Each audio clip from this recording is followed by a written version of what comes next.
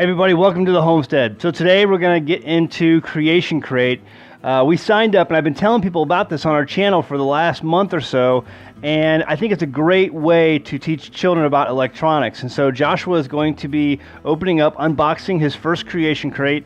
It's an Arduino project, and so we're going to open it up, take a look at what's inside, and see how to put it together. And again, this is a great way for homeschoolers, people who, even people who go to regular school or any school, even adults I think would get into this and like Arduino.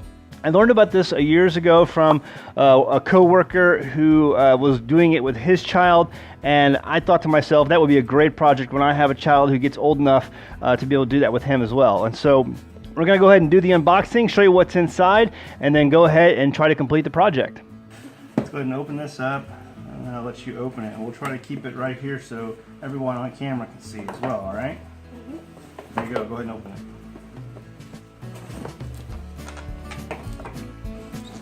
Bubble wrap. Oh, it's bubble wrapped. Okay, so let's see. Here, go ahead and open it and see what's in there.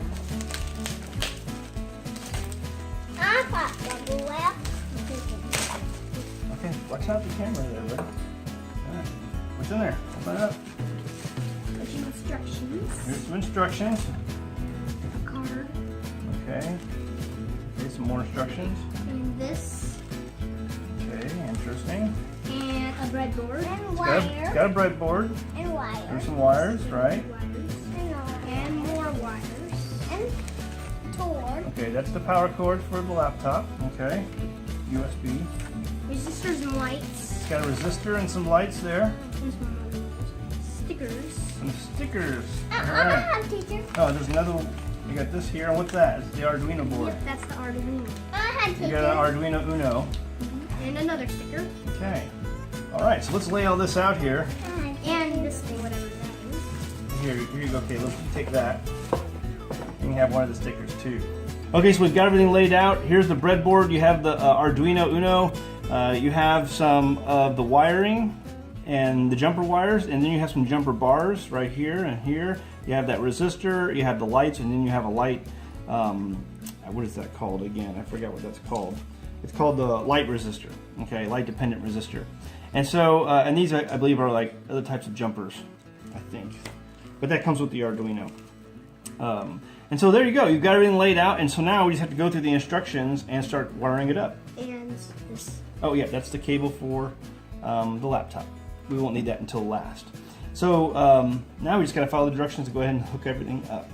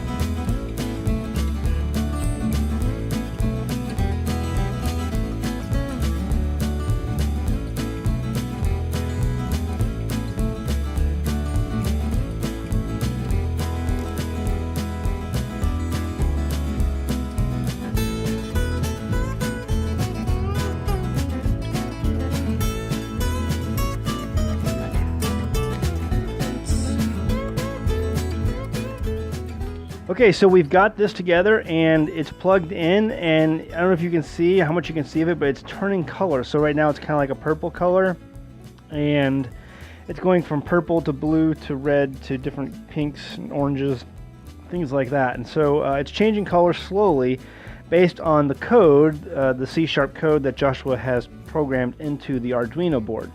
And it's got a light resistor on it so that it only works in the dark. So if the lights come on, this turns off, and just kind of neat. Right now I've got the curtains kind of drawn back, but it's pretty dark in here. And yeah, let me close the blinds there. Oh, wait a minute. Well, let's go ahead and take a look at the code a little bit. Okay, you can see the screen here. This is Joshua's screen on his computer, and I'm actually in his room right now with the lights kind of dimmed down. And you can see the code. Basically, first what you're going to be doing is declaring your variables. He typed all this out basically from the instruction manual that comes with the creation crate. And then after you declare your variables, you have to give your variable something to do. And so that's what the rest of the code here is for. And he wrote all this out. Now, for a 9-year-old to write out C#, he's just copying and typing down what he sees in the book. And so, the thing is, a lot of this stuff is commented in the instructions very well so that he can read along and see what each piece of the code is doing. Now, I don't have him write all the comments for the code that's in the instruction manual because they have those comments commented out from the code. He doesn't type that down, if you know what I'm talking about. But it does give him the idea of what he's doing and what each piece of code actually does, and what the job that it's performing. So that's really helpful, and I'm glad they give that. That's really good for people who come later after code has already been written. They know what the original author was trying to do with the code and what each piece, the importance of each piece of the code and what its job is, so what its function is. And so all of that is included.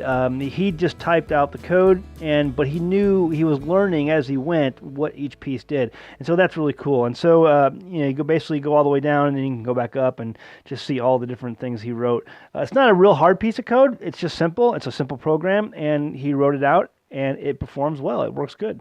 Okay, so here's the instruction booklet from the very beginning. It gives you the parts list, introduction, and lays all the parts out for you, then gets in with wiring, and my 9-year-old had no problem at all wiring this set, to get it finished and complete. So anyone older I would assume, would have no problem as well.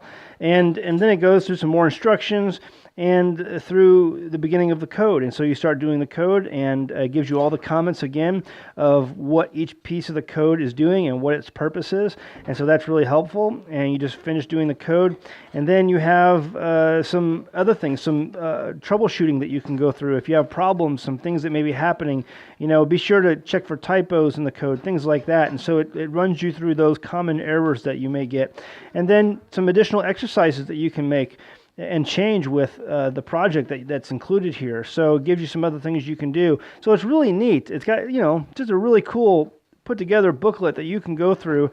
And if you wanted to, you wouldn't have to actually go through and type out the code. They do give you a website with a password that I have blacked out right here that you can go through and download the code if you didn't want to write it out. But really, to be honest with you, you're not going to learn anything if you don't start typing out the code yourself, and then realize and learn what the code's purpose is by reading the comments next to it. So again, my 9-year-old can do it. I think you guys can too. Really pretty cool instruction booklet, very detailed.